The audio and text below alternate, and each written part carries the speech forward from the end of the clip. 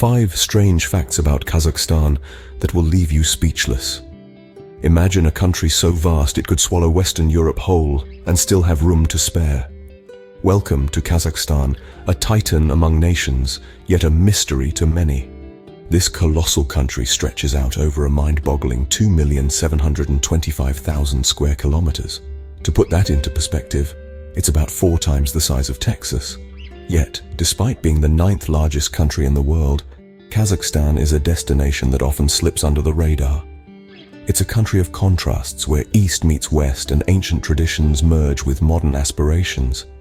Its vastness encompasses everything from the frigid Siberian plains in the north to the scorching deserts of the south. It's a land of towering mountains, sprawling steppes, and bustling cities that sparkle with the promise of the future. But here's a fact that's sure to raise a few eyebrows.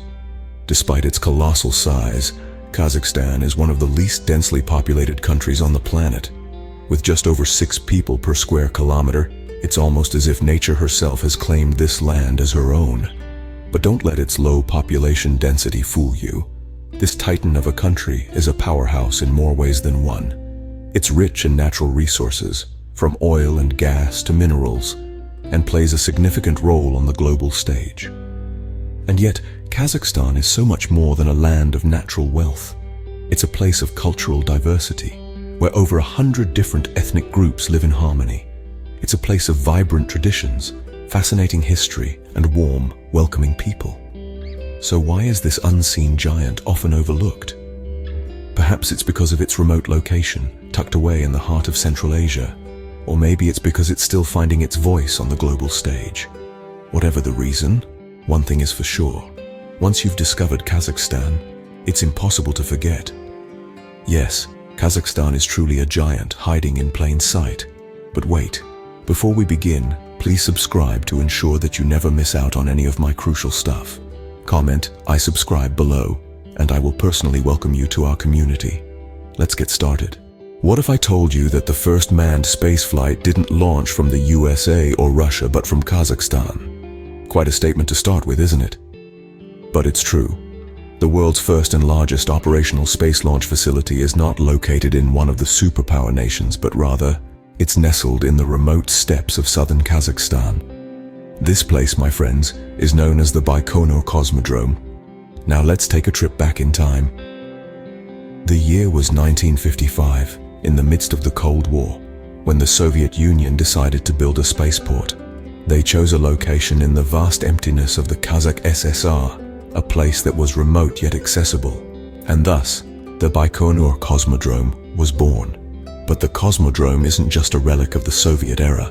It's a place of great significance in the history of space exploration. Let's fast forward to April 12, 1961. On this day, a spacecraft named Vostok 1 was launched from this very Cosmodrome. Aboard it was Yuri Gagarin, a young Russian astronaut. His mission? To become the first human to journey into outer space. And indeed, he did.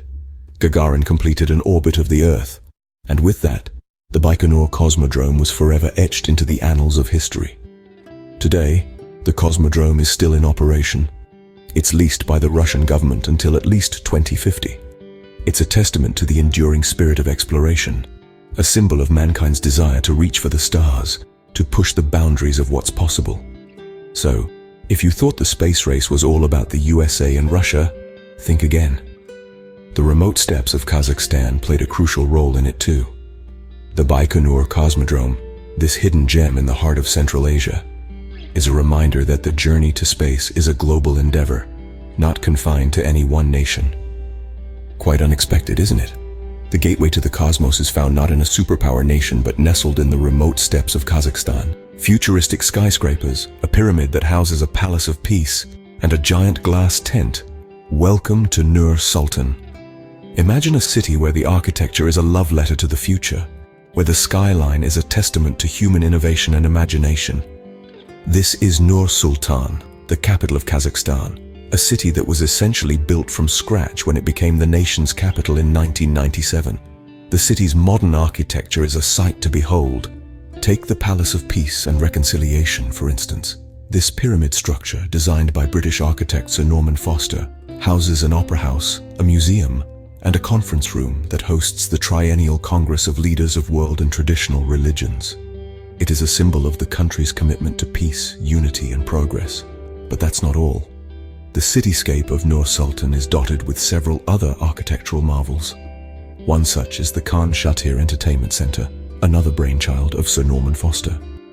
This colossal glass tent, reaching up to 150 meters high, isn't just a shopping center. It includes a park, a shopping mall, a monorail, and even an indoor beach resort. Yes, you heard it right. An indoor beach complete with sand and sea, right in the heart of a city that experiences sub-zero temperatures in winter. These architectural gems are not just aesthetically pleasing, they serve a purpose. They are a reflection of the city's, and indeed the nation's, ambition to leap into the future, to embrace innovation, and to create a harmonious blend of tradition and progress.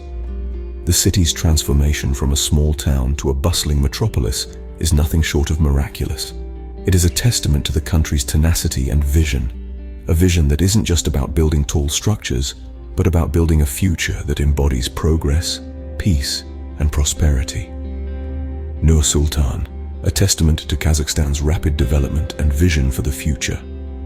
Before we continue, can I beg a little favor? If you're liking what you're hearing, show us some love by pressing that like button. And hey, if you want to be in the loop for our fantastic upcoming videos, make sure to press subscribe and ring that bell so you're always in the know. Oh, and one more thing. Drop a quick "I subscribe" down in the comments and I'll make sure to offer you a warm welcome to our amazing family. Alright, enough of that. Let's keep the conversation flowing. You might never look at an apple the same way again after learning it traces its roots back to Kazakhstan. Now, when you imagine the homeland of the apple, the rolling hills of Kazakhstan might not be the first image that springs to mind. Yet the wild apples of Almaty, a city whose very name means father of apples, are thought to be the progenitors of the modern domestic apple. These wild apples, known as Malus sieversi, are a sight to behold. Unlike the uniform, polished apples we see in grocery stores, these are diverse in size, shape, and color. Some are as small as cherries, others as large as grapefruits. They range from bright yellow to deep red, and their flavors are just as varied, from sweet to tart, even bitter. The genetic diversity of these wild apples is astonishing. In fact, a single Kazakhstani apple tree can hold more genetic diversity than the entire apple crop of the United States.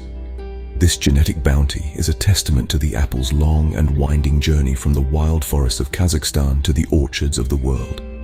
So how did this happen? How did the apples of Almaty become the apples of the world? The answer lies in the Silk Road, the ancient trade route that connected east to west. As traders traveled along this route, they took with them the seeds of the Kazakhstani apples, spreading them far and wide.